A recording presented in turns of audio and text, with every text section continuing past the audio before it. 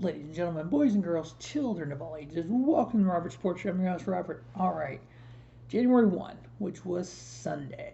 Or Saturday. Yeah, Saturday. The whole year is crazy so far. We had Game Changer Wrestling die for this.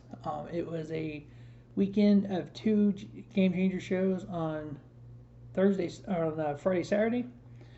Just like last year, they did the same thing. The last match on Friday night, New Year's Eve, held at midnight.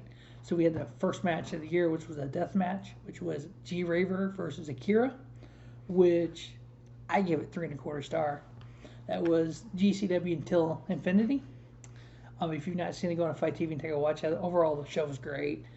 But yeah, we're gonna cover die for this. Holy snap! What a show this was. We got number one, the first match. We had the Game Changer tag titles on the line. We had champion Jay and Mark Briscoe. Yes, them boys from Sandy Fork, Delaware, from Ring of Honor, coming out with the Game Changer Wrestling tag titles and the Ring of Honor tag titles. Going up against Alex the Sauce Zayne. If you find him in the local Taco Bell drive-thru, and Blake Lionheart Christian, Alex Zayne, two of my favorite independent wrestlers. Two guys that on Till Infinity we saw facing each other in a 4-star match. Mind you, here they're going against for the tag titles against them boys, the Briscoes. I love this match because the Briscoes are just catch as cats can, beat you in the face, do what you got to do to win. Zayne, Christian, all about top rope, high flying dives. There is a dive on Twitter that you didn't see on the show. Actually, it was kind of cool. You see it on Twitter. Blake Christian dove through a door onto I think it's Jay Briscoe. But yeah, this match, I gave it 3.75. Almost went 4. It was not quite. A couple more dives, I probably would have went 4. But yeah, Briscoe's retaining the Game Changer tag titles here. Next up, we had, again, two completely different styles of wrestlers. Tankman versus Yoya. Yoya is just a skinny little twig, and Tankman's a big old dude who's going to doze you over. And these guys actually just this two completely different styles kind of meshed together. It turned out to be a great match. I give it 3 star. Tankman got the victory. We had Joey Janela, the bad boy from AEW, versus Scotty Too Hotty. Yeah, that's Scotty Too Hotty. From Too Cool with Rikishi back in the day, WWF. Scotty Too Hotty returning to pro wrestling at Game Changer. Unbelievable. It's actually a pretty good match. You see, he's been coaching in NXT for a while, so he's still in ring shape. But Joe Janela got the victory there, 2.75 star. We had the do or die 20-person Intergender Rumble Match. The winner of this will go on to face the world champion Jon Moxley at Hammerstein.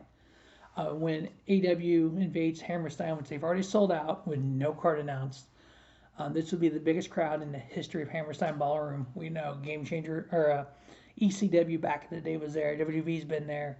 They reconfigured the seating, and it is the largest crowd in Hammerstein history. Cannot wait for that.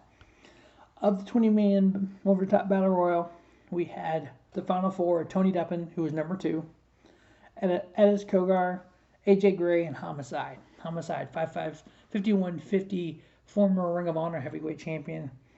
Homicide did get the victory here. This is actually a good good Rumble match.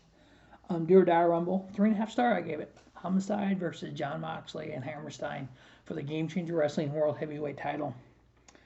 The main event, we had the GCW UltraViolent Championship in a death match. We had champion Alex Colon versus John Wayne Murdoch.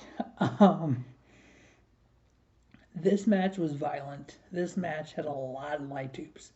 When I watch a death match, I like a good combination of light tubes, glass, chairs, boards,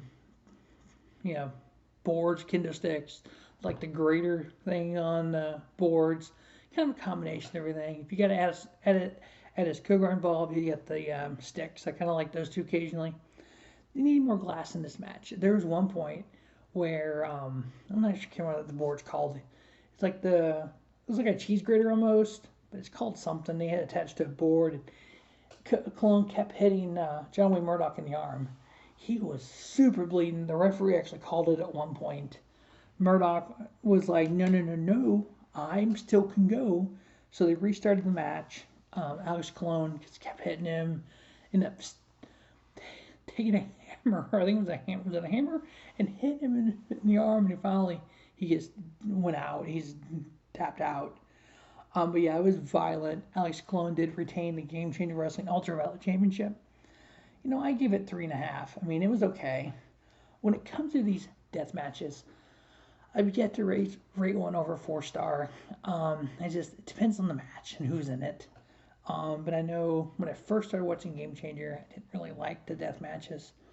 But it's like once I started kind of really watching them and kind of figuring out what I like and don't like and what makes them better, what doesn't make them better, I started really getting into them. Just like when Nick Gage and Chris Jericho had the death match on TNT. It was a very mild version of a death match, but it was kind of, it was legit. It had the glass, had everything, Gage took some spots.